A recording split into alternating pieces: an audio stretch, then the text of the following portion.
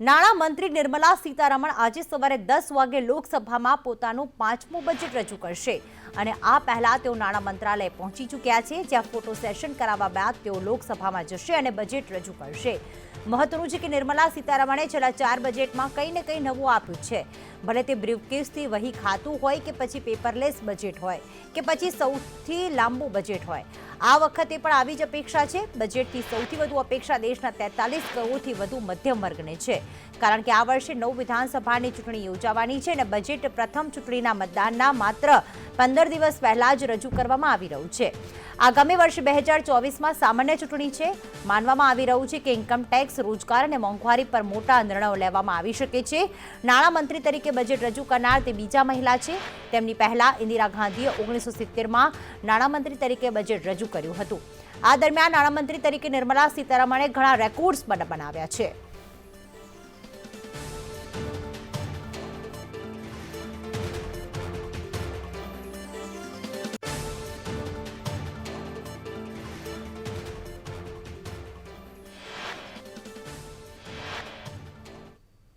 તો બજેટ પહેલા કેન્દ્રીય કેબિનેટની બેઠક પણ યોજાશે। કેબિનેટની બેઠકમાં કેન્દ્રીય નાણામંત્રી લેશે ભાગ। નિર્મલા સીતારમણ 10 થી 15 વાગે બેઠકમાં સવા 10 વાગે બેઠકમાં સામેલ થશે, એટલે કે બજેટ 11 વાગે રજૂ થશે। પહેલા કેન્દ્રીય કેબિનેટની બેઠક, જેમાં 10:15 નિર્મલા સીતારમણ કે જેઓ નાણામંત્રી છે તેઓ ઉપસ્થિત રહેશે અને બજેટ પહેલા કેન્દ્રીય કેબિનેટની બેઠક ખૂબ મહત્વની છે।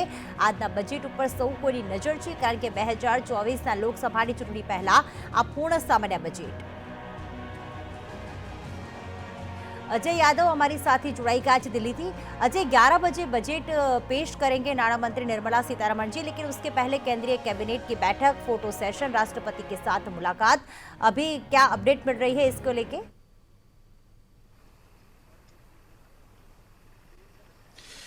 देखिए प्रीति, मोदी सरकार का इस बार का बजट एक ऐसे वक्त में हो रहा है जब पूरी दुनिया में मंदी छाई हुई है। कई देशों की अर्थव्यवस्थाएं गड़बड़ हो चुकी हैं, यहाँ तक कि भारत के पड़ोसी देश श्रीलंका और पाकिस्तान की हालत काफ़ी खराब चल रही है। इसी मंदी के बीच 2024 का लोकसभा चुनाव होना है और मोदी सरकार के इस बार के बजट में यही साधने की कोशिश होगी कि न सिर्फ देश की अर्थव्यवस्था को सुचारू रूप से चलाया जाए, उसको काफ़ी उन्नत बनाया जाए, बल्कि आम लोग भी इस बजट से प्रभावित हों, ताकि 2024 के लोकसभा चुनाव में इसका फायदा मिल सके। तो फिलहाल इस बजट की तैयारियां पूरी हो चुकी हैं। वित्त मंत्री निर्मला सीतारमण वित्त मंत्रालय में यानी नॉर्थ ब्लॉक में अब पहुंच चुकी हैं। थोड़ी देर बाद ही वो राष्ट्रपति से जो बजट तैयार किया गया है उसकी मंजूरी लेंगी, फिर उसके बाद वो संसद भवन आएंगी। 10:15 बजे केंद्रीय कैबिनेट की बैठक है और फिर उस केंद्रीय कैबिनेट में आज जो बजट पेश किया जाना है उसकी मंजूरी मिलनी है और फिर उसके बाद 11 बजे लोकसभा और राज्यसभा यानी दोनों सदनों को एक तरह से वो बजट अपना पेश करेंगी।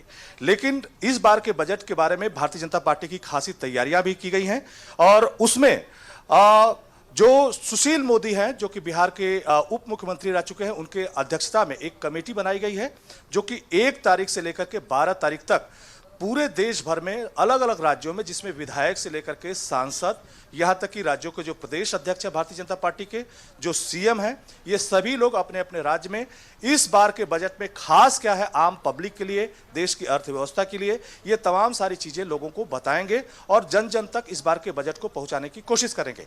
लेकिन इस बार के बजट में उम्मीद ये भी की जा रही है कि कई बार से देखने में आ रहा है कि जो मिडिल क्लास है यानी टैक्स स्लैब है उसको बढ़ाया नहीं गया है, तो माना जा रहा है कि इस बार टैक्स स्लैब बढ़ाया जा सकता है। हो सकता है कि अगर टैक्स स्लैब न बढ़ाया जाए तो किसी दूसरे तरीके से मिडिल क्लास को रियायत देने की कोशिश होगी। और इसमें भी इस बार एक सबसे महत्वपूर्ण बात यह है कि मोदी सरकार जो है मेक इन इंडिया पे फोकस कर रही है और ये फोकस कर रही है कि भारत में जो भी चीजें बनती हैं वो न सिर्फ आम लोगों को यानी भारत के लोगों को सस्ते दर पे मिले, बल्कि जो चीजें भारत के लोगों की जरूरत की है उसे आयात किया जाता है तो वो कहीं ना कहीं भारतीय मार्केट को प्रभावित करती हैं। तो ऐसे में मोदी सरकार की तरफ से इस बार उम्मीद की जा रही है कि आयात शुल्क को बढ़ाया जा सकता है ताकि मेक इन इंडिया को बढ़ावा दिया जा सके। इसी तरह बहुत सारी ऐसी चीजें हैं जो कि बजट पेश करने के बाद आएगी, लेकिन इस बजट को लेकर के मोदी सरकार की तरफ से खासी तैयारियां की गई हैं और उसमें भी महत्वपूर्ण बात यह है कि 2024 के लोकसभा चुनाव से पहले यह मोदी सरकार का पूर्ण बजट है, तो इसमें 2024 के लोकसभा चुनाव की झलकी मिल सकती है। हालांकि इसके बाद जो बजट पेश होगा वो अंतरिम बजट होगा और उससे बहुत ज्यादा उम्मीदें नहीं की जाती है, क्योंकि यह माना जाता है कि सरकार आने के बाद जो भी नई सरकार बनती है वो पूर्ण बजट पेश करती है। तो इस बार का जो बजट है मोदी सरकार का, न सिर्फ दुनिया में जो मंदी छाई हुई है उसको ध्यान में रखते हुए, बल्कि 2024 का जो लोकसभा चुनाव होने वाला है उसको ध्यान में रखते हुए या उसको उस पर सामंजस्य बैठाने के लिहाज से बजट पेश किया जाएगा। बिल्कुल, धन्यवाद अजय। ज्यादा जानकारी के लिए आपके संपर्क में रहेंगे।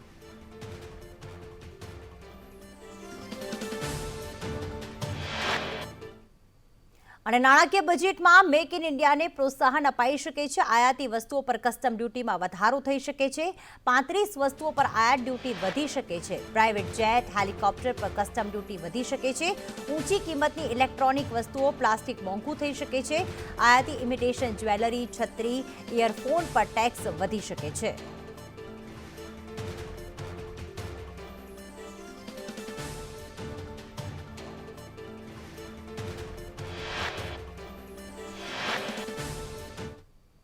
તો આજે મોદી સરકારના બીજા કાર્યકાળનું અંતિમ બજેટ રજૂ થવા જઈ રહ્યું છે। નાણામંત્રી નિર્મલા સીતારમણ દ્વારા વર્ષ 2023-24 માટે બજેટ રજૂ થશે। આ પહેલા મંગળવારે સીતારમણે આર્થિક સર્વે રજૂ કર્યો હતો અને વર્ષ 2023-24માં વિકાસ દર 6%થી લઈ 6.8% સુધી રહેવાનો અંદાજ લગાવવામાં આવ્યો છે। જોકે છેલ્લા 3 વર્ષમાં આ સૌથી ધીમો ગ્રોથ હશે। જ્યારે નોમિનલ જે જીડીપીનો ગ્રોથ રહેતો હોય છે તે અંદાજ 11% લગાવવામાં આવ્યો છે। ફાઇનાન્શિયલ યર 2023માં રિયલ જીડીપી 7% રહે તેવો અંદાજ છે। ત્યારે ગરીબ, ગૃહિણીઓ, મધ્યમ વર્ગ, ઉદ્યોગકારો, ખેડૂતો સૌ કોઈ રાહતની આશા રાખીને બેઠા છે। અને આવી સ્થિતિ વચ્ચે ઇન્કમ ટેક્સ સ્લેબમાં બદલાવ થઈ શકે છે, જેમાં 5 લાખ સુધીની વાર્ષિક આવક પર રાહત મળી શકે તેવા એંધાણ વર્તાઈ રહ્યા છે। સાથે સાથે ઇન્કમ ટેક્સમાં 5 લાખ સુધીની છૂટ મળી પણ શકે છે। અત્યાર સુધી 2.5 લાખ સુધી ઇન્કમ ટેક્સમાં છૂટ અપાઈ છે। હાલ 2.5 લાખથી 5 લાખ સુધી 5% ટેક્સ સ્લેબ લાગે છે।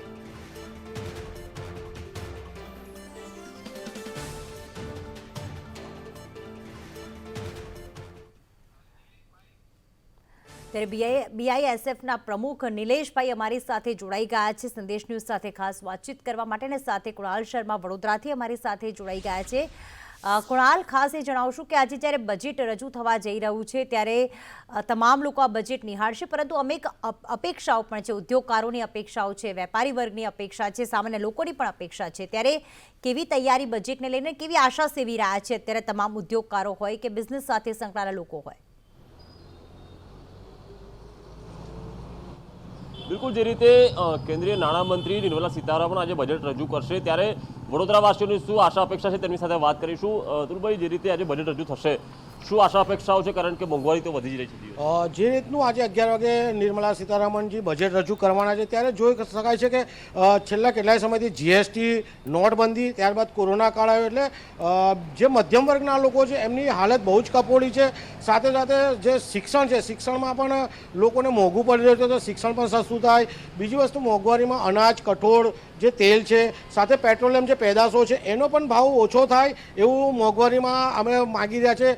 સાથે સાથે બેરોજગારીનો દર પુષ્કળ પ્રમાણમાં વધી ગયો છે। સરકાર હર વખતે બજેટ લાવે છે, હર વખતે નવી નવી વાર્તાઓ કરે છે, પરંતુ મધ્યમ વર્ગ અને ગરીબ વર્ગને જે લાભ મળવા જોઈએ આજ સુધી મળ્યા નથી। ફક્ત બજેટ લાવવું છે, જનતાને ગુમરાહ કરવા છે। શું કહેશો? જો બજેટની વાત કરીએ તો સામાન્ય મધ્યમ વર્ગ છે એની માટે પેટ્રોલિયમ પેદાશો છે, જે અનાજ, કઠોળના ભાવ વધી રહ્યા છે, શિક્ષણ વધારે મોંઘું થઈ રહ્યું છે। બીજી બાજુ જોઈએ તો બેરોજગારીનો મોટો પ્રશ્ન છે। જે ઔદ્યોગિક વિકાસ છે ક્યાંક ને ક્યાંક પ્રભાવિત થયો છે, એના કારણે રોજગારી ઓછી મળી રહી છે, સરકારી નોકરીઓ નથી। એટલે સરકારે આ બાજુ વધારે ધ્યાન આપવું જોઈએ અને સામાન્ય મધ્યમ વર્ગને જેટલી રાહતો આપી શકાય એટલી આપવી જોઈએ। એટલે મધ્યમ વર્ગને જ વધારે હાલ ફોકસ કરવું જોઈએ। મધ્યમ વર્ગને, કારણ કે સૌથી વધારે કોઈ પ્રભાવિત થતો હોય બજેટથી તો મધ્યમ વર્ગ હોય છે, અને એના માટે દરેક બજેટમાં કશું જ હોતું નથી। કાં તો સૌથી નીચલા તબક્કા માટે હોય, કાં તો સૌથી ઉપલા તબક્કા માટે હોય છે। એટલે મધ્યમ વર્ગ બંને વચ્ચે પીસાતો હોય, કેમ કે સૌથી વધારે ટેક્સ એને જ પે કરવો પડતો હોય છે અને એ જ ઉપેક્ષાનું પાત્ર બનતો હોય છે। કરવેરાની પણ વાત છે, વડોદરા મહાનગરપાલિકાએ કરવેરો વધાર્યો છે, શું લાગે છે બજેટમાં કઈ કેન્દ્રીય લેવલે બજેટ? કરવેરો વધારવાથી કોઈ ફરક નથી પડતો। કરવેરો વધારવો ના જોઈએ, કેમ કે સુવિધા તો સામે આપતા નથી, તો કરવેરો કેમનો વધારી રહ્યા છે? બીજી બાજુ જો વડોદરા શહેરના પૈસા બધા રાજ્ય સરકારમાં જતા, રાજ્ય સરકારમાંથી કેન્દ્રમાં જતા હોય, તો તો કેન્દ્ર સરકારે ગુજરાત પ્રત્યે અને માનનીય પ્રધાનમંત્રી ગુજરાત પ્રત્યે પણ સહાનુભૂતિ રાખીને જે કરવેરા વધારવાની વાત કરી છે એ વધારવાના જોઈએ.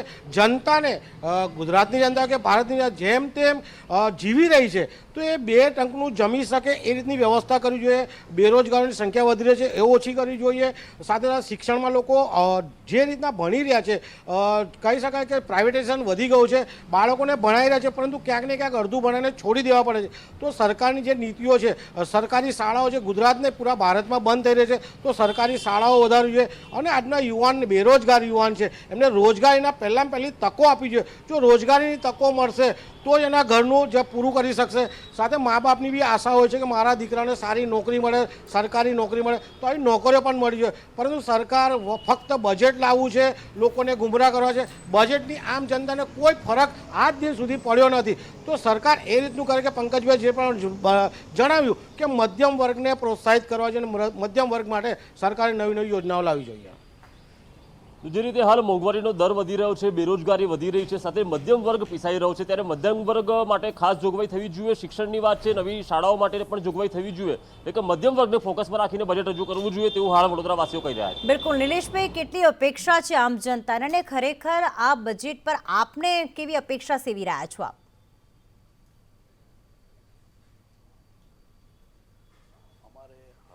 ડાયમંડ ઇન્ડસ્ટ્રીને ઘણી આશા અપેક્ષા રહેતી હોય છે, પરંતુ આ વખતે અમને ખાસ આશા અપેક્ષા એ બાબતે છે કે જ્યારે વિશ્વ લેવલનું કોમર્શિયલ બિલ્ડિંગ સુરત ડાયમંડ બુટ્સ સુરતમાં બની રહ્યું હોય ત્યારે સુરત ડાયમંડ બુટ્સમાં એક જે એક્સપોર્ટ થવાના છે ડાયમંડમાંથી, તેમાં બાયરો ઘણા ખરા આવવાના છે. આ બાયરોને લાવવા માટે સુરતમાં જે એરપોર્ટ છે તે એરપોર્ટને વૈશ્વિકરણ કરવામાં આવે અને ઇન્ટરનેશનલ લેવલે તેને ડાયરેક્ટ ફ્લાઇટો આપવામાં આવે તો બાયરો ડાયરેક્ટ સુરતમાં આવી શકે અને સુરતમાં જે મેન્યુફેક્ચરિંગ હબ ગણાય છે ડાયમંડમાં, એ ડાયમંડ એક ટ્રેડિંગ હબ પણ બની શકે અને આવનારા દિવસોમાં તેને સારી એવી રોજીરોટી પ્રોવાઈડ કરી શકે. આ ઉપરાંત અમારી ડાયમંડ ઇન્ડસ્ટ્રીમાં જે cut and polish import duty છે 5%, તેને ઘટાડીને જો 2.5% કરવામાં આવે તો ઘણીવાર જે પણ ખાટવાળાને રિપેરિંગના હીરા હોય છે તે પાછા લાવવામાં કોઈ ખચકાય નહીં અને બુસ્ટર ડોઝ મળે એમ છે. આ ઉપરાંત જે રત્ન કલાકાર લોકો જે છે તે લોકોને આવાસ યોજના વધારેમાં વધારે આપવામાં આવે અને તે લોકોનો જે હોમ લોન છે તે હોમ લોનમાં થોડી ઘણી મહદ અંશે સબસિડી આપવામાં આવે તો પણ ઘણો ખરો ફાયદો થાય એમ છે. જ્વેલરી ઇન્ડસ્ટ્રી જે છે તે જ્વેલરી ઇન્ડસ્ટ્રીમાં મશીનરી ઉપર સબસિડી આપવામાં આવે અને જ્વેલરીને એક બ્રાન્ડ તરીકે કેવી રીતના વિકસિત કરવામાં આવે તો જ્વેલરીના લગતા જો કોર્સો પણ કોઈ યુનિવર્સિટીમાં શીખવાડવામાં આવે તો જ્વેલરીમાં પૂરેપૂરી રોજગારી મળી રહે એવી પૂરેપૂરી શક્યતા દેખાઈ રહી છે. તો કોઈ યુનિવર્સિટીમાં આવા કોર્સ જો કરાવવામાં આવે જ્વેલરીને ડિઝાઇનને લગતા તો પણ ડાયમંડ ઇન્ડસ્ટ્રીને સારો એવો પુષ્કળ ડોઝ મળે એમ છે. આ ઉપરાંત અમારે જે લેવી ટેક્સની જે ઓનલાઈન રફ ઇમ્પોર્ટમાં 2% લેવી ટેક્સ લાગે છે તેને સંપૂર્ણપણે નાબૂદ કરવામાં આવે તો અમારી ડાયમંડ ઇન્ડસ્ટ્રીમાં પુષ્કળ ડોઝ મળે એમ છે. બિલકુલ, કહેવાય ને કે ઘણી બધી રાહત આપ પણ રાખી રહ્યા છો ને સુરત. જી ઇન્ડસ્ટ્રીમાં જી નિલેશભાઈ, આ ઉપરાંત અમારી ડાયમંડ ઇન્ડસ્ટ્રીમાં ગામડામાં જોવા જઈએ તો ઘણા ખરા નાના યુનિટો છે તો ગામડામાં પણ એક પ્રોત્સાહન આપવામાં આવે અને મહિલાઓને પણ આમાં એક્ટિવ કરવામાં આવે. મહિલાઓ પણ ઘણા હીરા ઘસે છે તો જેનાથી મહિલાઓને પણ રોજગારી પૂરી પડે છે. તો મહિલાઓ માટે પણ કંઈક સરકાર આ ડાયમંડ ઇન્ડસ્ટ્રીમાં પેકેજ એવા આપે જેથી કરીને આ ઇન્ડસ્ટ્રીમાં લોકો, ગામડાના લોકો પણ વધારેમાં વધારે જોડાય અને વધારેમાં વધારે કેમ ડાયમંડ ઇન્ડસ્ટ્રીને બુસ્ટર ડોઝ મળે એના પર જો આ વખતે પગલાં લેવામાં આવે તો ચોક્કસપણે ડાયમંડ ઇન્ડસ્ટ્રી અને જ્વેલરી ઇન્ડસ્ટ્રીમાં એક બુસ્ટર ડોઝ મળે એમ છે. અને હર હંમેશ ગોલ્ડની ડ્યુટી વધારતા જાય છે સરકાર, તો ગોલ્ડની જે ઇમ્પોર્ટ ડ્યુટી છે તેમાં પણ જો ધરખમ ઘટાડો કરવામાં આવે તો જ્વેલરી પણ વધારે પ્રમાણમાં બનશે અને જ્વેલરીમાં એક વિશ્વ લેવલે આજની તારીખમાં 10માંથી 9 હીરા જો સુરતમાં, ગુજરાતમાં બનતા હોય અને એમાં પણ જ્વેલરી વિશ્વ લેવલે જો કોઈનું બ્રાન્ડ નેમ ન હોય તો એવો બ્રાન્ડ નેમ બનાવવા માટે પણ સરકાર કંઈક એવા પ્રોત્સાહન આપે જેનાથી લોકો પોતાના ડાયમંડ, પોતાની જ્વેલરી બનાવીને એક વિશ્વ લેવલે પોતાની બ્રાન્ડ બનાવી શકે એના માટે પણ પગલાં ભરાવા જોઈએ. બિલકુલ, આભાર નિલેશભાઈ. સંદેશ ન્યૂઝ સાથે વાત કરવા બદલ આભાર કુણાલ, તમામ વિગતો માટે.